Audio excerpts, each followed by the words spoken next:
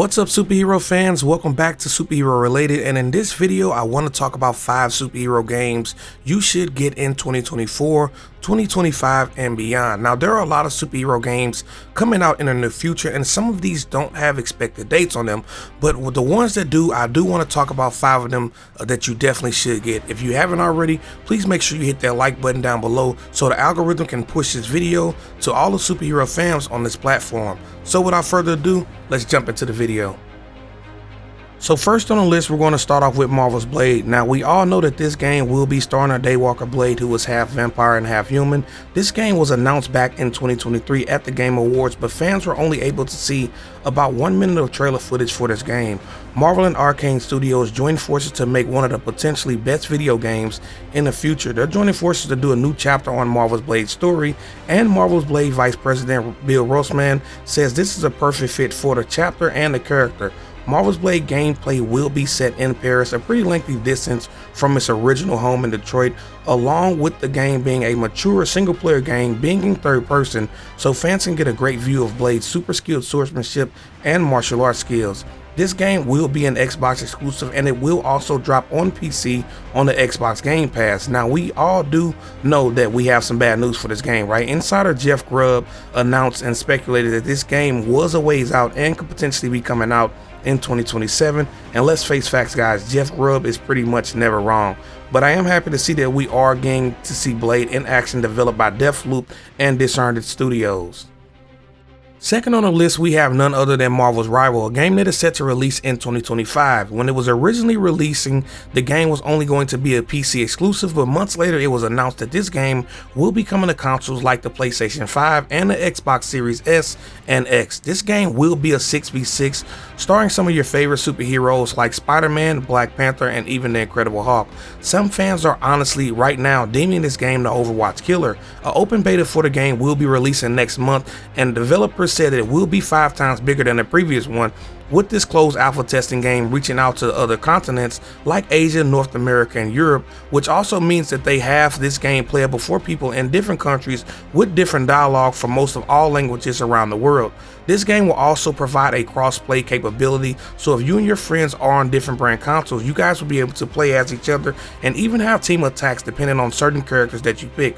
So if you have spider-like players like Spider-Man, Venom, and Penny Parker, you guys will be able to do a team finisher, which could either make or break you guys' team depending on how much of an impact you guys do. But I don't know if this game will be something for everyone, but honestly it's for me, and I don't know if you guys are ready to play it, but I'm honestly ready to play this immediately. So third on the list, we have EA's Marvel Black Panther game being developed by Cliffhanger Studios. We all know now that this game is separate from Marvel Rise of Hydra game, and fans are super ecstatic that they will be getting a lot more superhero games in the coming years. This game will also be in third person and will be using Unreal Engine 5. Back in 2022, it was announced that EA and Marvel will be working together on 3 projects for the next 5 to 7 years, and all 3 will be using Unreal Engine 5. This EA's Black Panther game will be an open world story game, a complete dialogue system, and it is said that this game will use AI in the game to give fans a little bit more of an interactive experience playing this game. It was also added that you will not be able to play as Prince T'Challa, but instead you'll be able to pick and create your own Black Panther and customizing him to your liking, kind of like what they did in the Hogwarts Legacy video game, to where if you can pick out a Black Panther, have different kinds of skins for him, different types of voicings, things like that. But I am glad to see that you guys can customize the King of Wakanda to your liking, and that's honestly cool to me. Let me know what you guys think in the comment section down below about this as well. So next on the list, we have EA's Iron Man game. This is the first project that they have on the list for the 5 to 7 year deal with Marvel. This game is in late development, with honestly playtesting that should be happening pretty soon. The development team said they want to create the best possible foundation for this game, since it is the first out of the 3 games that they are working on, and it will be using the Unreal Engine 5 as well. They also stated that they are already finding ways and opportunities to explore the story, design, and gameplay for the new Iron Man game, with them also having a group of Iron Man fans giving feedback about what they want in the game, and giving ideas of ways that the development team can implement to make the game the best possible for players itself. The Iron Man game also will be a single player game. This was announced back in September of 2022, on top of the game being a slight open world game. It appears that even with EA's massive layoffs, the development team announced that they have hit a major milestone and said that they are very proud of the work that they have done so far on EA's Iron Man game. I think at the end of this year, it's a possibility that we could be getting a new trailer for EA's Iron Man game, along with some slight gameplay, especially if the team hit this major internal milestone to making this new Iron Man game a banger. I want to say the one thing I am honestly excited for is that they have a group of Iron Man fans giving feedback to the development team. It's not like they have their own people there and they're trying to say what's best for the characters. They have a group of Iron Man fans that know this character essentially in and out, from comic book variations or, you know, live action, open world, things like that. And they're honestly accepting their feedback in ways that they can implement it into making this very first game that they have out of the three, because Black Panther is the second. They're trying to make this game feel original. But let me know what you guys think in the comment section below about this game as well. Will this be a purchase for you guys, or will you kind of not mess with it because it's EA?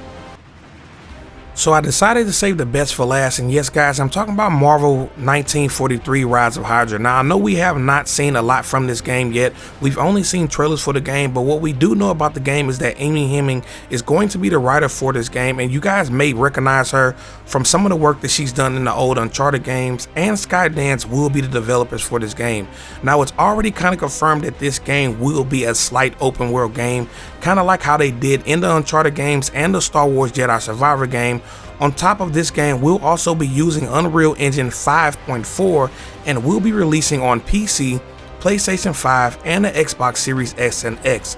This game will be set between World War II, featuring 4 characters: a young Steve Rogers, Azuri T'Challa's grandfather, an American soldier, and a Wakandan spy who will be operating inside of Paris. And the game will also be in third person.